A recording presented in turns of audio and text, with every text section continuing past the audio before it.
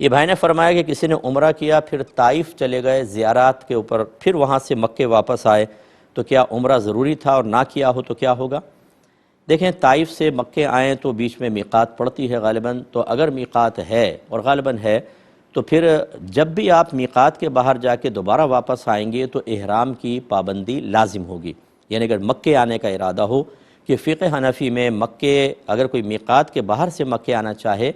کسی بھی ارادے سے آئے، حج، عمرہ، ملاقات، زیارت، جاب، کسی بھی ارادے سے اگر آپ مکے میں داخل ہو رہے ہیں میقات کے باہر سے، تو احرام کی پابندی لازم ہے۔ یعنی کم از کم آپ کو عمرہ تو کرنا ہوگا، اور اگر آپ ایسی نکل آئے تو دم لازم ہوتا ہے۔ دم کا مطلب ہوتا ہے ایک بکرا یا دمبا حدود حرم میں ذبح کرنا۔ یہ اپنے گھر پر آ کر نہیں کر سکتے،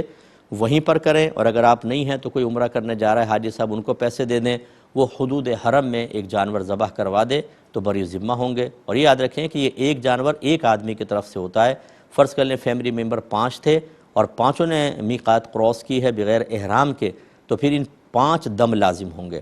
جب دم دینے کی باری آتی ہے تو ہمارا دم نکلنا شروع ہو جاتا ہے، اور ہمارے لوگ کہتے ہیں جی اللہ معاف فرمائے گا۔ وہ کیلکولیشن کرتے ہیں کہ ریال کو جب پاکستانی کرنسی میں کنورٹ کرتے ہیں تو اتنے سارے، اور پھر 5 آدمی ان کو ملٹیپلائی کرتے ہیں، بہت زیادہ، اللہ تعالیٰ معاف فرمائے گا۔ بالکل اللہ تعالیٰ معاف فرمانے والا ہے، لیکن جب ہم نے کوتاہی کی ہے، یا تو دنیا میں آپ کر لیں یا آخرت میں حساب و کتاب دے لیں۔ اور سمجھدار آدمی وہ ہے جو دنیا میں سب کر جائے، یہاں کا نقصان نہیں ہے۔ آپ نادم ہو کر شرمندہ ہو کے دم دیں گے، آپ کا پیسہ خرچ ہوگا،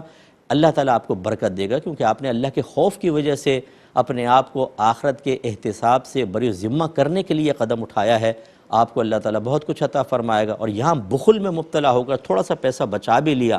کتنے عرصے کھا لیں گے آپ اس پیسے کو، یہ ایسے نکل جائے گا، اور آخرت کا وبال اپنی جگہ۔ یہ گھر کے سرپرست کے اوپر ہوتا ہے۔ معذرت کے ساتھ بعض گھر کے سرپرست اپنی پوری فیملی کو انتہائی غلط راستہ دکھا رہے ہوتے ہیں، اور انانیت اتنی ہوتی ہے، ایگو اتنی ہوتی ہے کہ اگر ان کو قرآن و حدیث بھی سنا دیں وہ ڈٹ جاتے ہیں، اور اپنی پوری فیملی کے لیے اللہ اور اس کے رسول کی مخالفت پر دلیری کو آسان کر رہے ہوتے ہیں۔ بچے بھی کہتے ہیں ابا جان بھی ہمارے بڑے جرأت مند تھے تو ہم بھی ایسے ہی کریں گے۔ اور اس طرح گھر کا یہ سرپرست پوری فیملی کے لیے ایک مصیبت بنتا ہے، آخرت کی تباہی کا سبب بنتا ہے، اور پوری فیملی اس کے لیے ایک بہت بڑا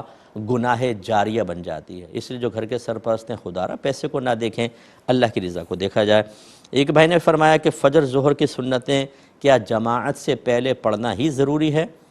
دیکھیں، ضروری بمانے فرض یا واجب نہیں ہے۔ ہاں، ضروری سے مراد اگر آپ لے رہے ہیں کہ سنت یہ ہے کہ پہلے پڑھیں، ان سنتوں کا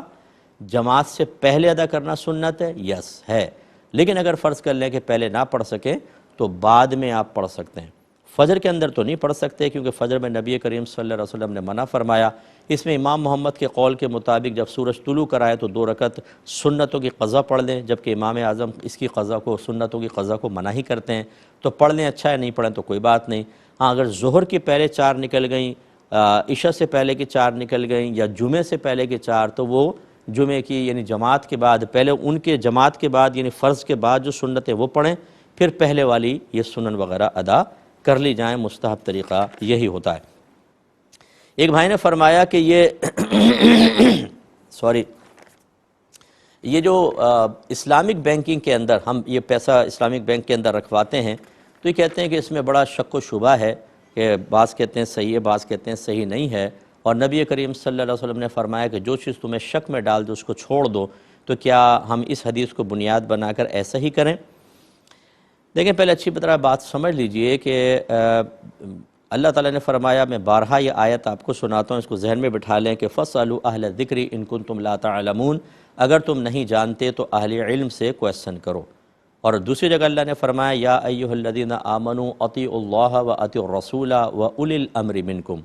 اے لوگو اللہ کی اطاعت کرو، اس کے رسول کا حکم مانو، اور ان کا کہنا مانو جو تم میں حکم والے ہیں۔ اور حکم والے سے مراد مجتہدین، مفتیان کرام، علماء کرام، جو لوگوں کو کی اصلاح کرتے ہیں، ان کو احکام سکھاتے ہیں، ان کی تربیت کرتے ہیں۔ اس کا مطلب یہ ہے کہ اگر کوئی بینک ایسا ہے کہ جس میں کوئی مفتی صاحب، کوئی واقعی مستند عالم دین ایز اے شرعی ایڈوائزر موجود ہیں، اور وہ یہ عوام کو کہتے ہیں کہ ہاں ان کے طریقہ کار کو ہم دیکھ چکے ہیں، لہٰذا آپ بالکل اس چیز سے استفادہ کر سکتے ہیں، فائدہ حاصل کر سکتے ہیں، تو یاد رکھیں کہ عوام بری ذمہ ہو گئی، کیونکہ اس نے اللہ تبارک و تعالیٰ کے فرمان پر عمل کر لیا، اہل علم سے پوچھ لیا، اب ذمہ داری اہل علم کی ہے۔ اگر خدا نہ خواستہ وہ اہل علم میں سے کوئی شخص کوتاہی کرے اور خیانت کا مرتکب ہو اور پورا دین نہ سکھائے، کچھ باتوں کو چھپا لے، تو یہ بروز قیامت یہ قابل گرفت ہے، عوام کا کوئی اس میں حرج نہیں ہے، تو لہٰذا بالکل وہ کر سکتے ہیں۔ اور یہ بھی آپ کو سمجھا چکا ہوں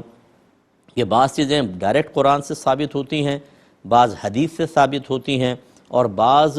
فقہا کی اپنی اجتہادی آراء ہوتی ہیں جو یقیناً قرآن و حدیث کی روشنی میں ہوتی ہیں، قیاسات وغیرہ ہوتے ہیں، اجتہادات ہوتے ہیں، لیکن ان کی ذاتی رائے ہوتی ہے جن کو نصوص مذہبیہ کہا جاتا ہے۔ اکثر جو ہوتی ہیں جو یہ اسلامک بینکنگ کے اندر ہوتے ہیں، نصوص مذہبیہ کو چھوڑا جا رہا ہوتا ہے، اس میں ترمیم وغیرہ کر لیتے ہیں، صراحتاً مخالفت سے بچنے کی ہی کوشش کی جاتی ہے۔ لیکن پھر اور بھی بہت سارے خیر اس میں تفصیل ہے کہ بعض اوقات ہم نص قطعی کے خلاف بھی ضرورت یا حاجت کی بنا پر جا سکتے ہیں، جیسے خود قرآن عظیم میں اللہ تبارک و تعالیٰ نے ایک طرف تو مردار کھانا حرام فرمایا اور دوسری طرف حالت اضطرار میں، مجبوری کی حالت میں کھانے کی اجازت بھی دی، لیکن بقدر ضرورت اور نافرمانی کا قصد و ارادہ نہ ہو، ظلم و زیادتی کا ارادہ نہ ہو، سرکشی کا ارادہ نہ ہو تو اپنی جان بچا سکتا ہے۔ تو اب اس میں تفصیل بہت زیادہ ہے کہ بعض اوقات ایسا ہوتا ہے کہ یہ صرف جان کے ساتھ ہی خاص نہیں ہے، بلکہ دین، جان، مال، عقل اور نسب، یہ 5 چیزیں ان کو مقاصد پنجگانہ کہتے ہیں۔ جتنے بھی شریعت نے احکام بیان فرمائے وہ انہی 5 کے تحفظ کی خاطر ہیں، تمام احکام انہی کے گرد دورہ کرتے ہیں، گھومتے رہتے ہیں، سمجھ لیجیے انہی کی حفاظت مقصود ہے۔ تو یہ شریعت کے پھر اصول ہوتے ہیں کہ بعض اوقات ان 5 میں سے کسی پر ضرب لگ رہی ہوتی ہے، ان کے فوت ہونے یا قریب فوت ہونے کا اندیشہ ہوتا ہے، تو شریعت کہتی ہے کہ پھر آپ رعایت حاصل کر سکتے ہیں۔ اس لیے میں نے کہا یہ بڑی تفصیل والا مسئلہ ہے، لیکن صرف اتنا سمجھ لیجئے کہ جب علماء نے آپ کو اجازت دے دی تو پھر شکوک و شبہات کو ایک طرف رکھ کر آپ کر سکتے ہیں، آپ کی آخرت میں کوئی گرفت نہیں ہے۔ اللہ الرحمن الرحیم۔ ایک بھائی نے پوچھا کہ یہ حدیث میں سنا ہے کہ نبی کریم نے فرمایا کہ گن گن کر نہ رکھو یا گن گن کر نہ دو ورنہ اللہ تعالیٰ بھی تمہیں گن گن کر دے گا، یہ کیا صحیح ہے؟ جی ظاہری الفاظ ایسے ہیں، نبی کریم فرماتے ہیں کہ گننے نہ لگ جانا ورنہ اللہ تعالیٰ بھی تجھے گن گن کر دے گا۔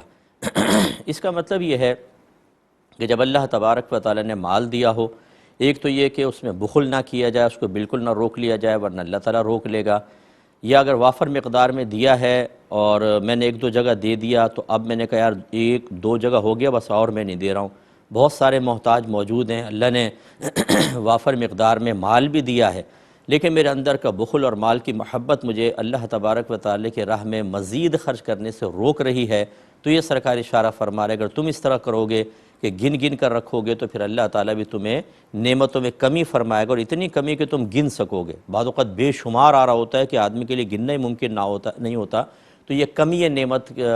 عطائے کمی نعمت کی طرف اشارہ ہو جائے گا، تو مراد ورنہ مطلقاً گننا منع نہیں ہوتا۔ بات کہتے ہیں میں گن کے نہ رکھو، اس میں بے برکتی ہوگی، بھئی حساب کتاب تو کرنا ہوتا ہے، اگر آپ کسی فقیر کو دیں گے تو خالی جیب میں ہاتھ ڈال کے جتنے نوٹ آئے وہ نکال کر تو نہیں دیں گے کہ بغیر گنے دے دو، یقینی سی بات ہے دیکھ کر ہی دیں گے اور گن کر ہی لین دین ہوتا ہے، مطلقاً گننا یہاں مراد نہیں ہے، بلکہ اسی طرح بخل اور مال کی محبت اور جہاں خرچ کرنا چاہیے وہاں خرچ نہ کرے، یا خرچ کرنے کے بعد اس پہ جلنا کڑنا کہ بہت زیادہ دے دیا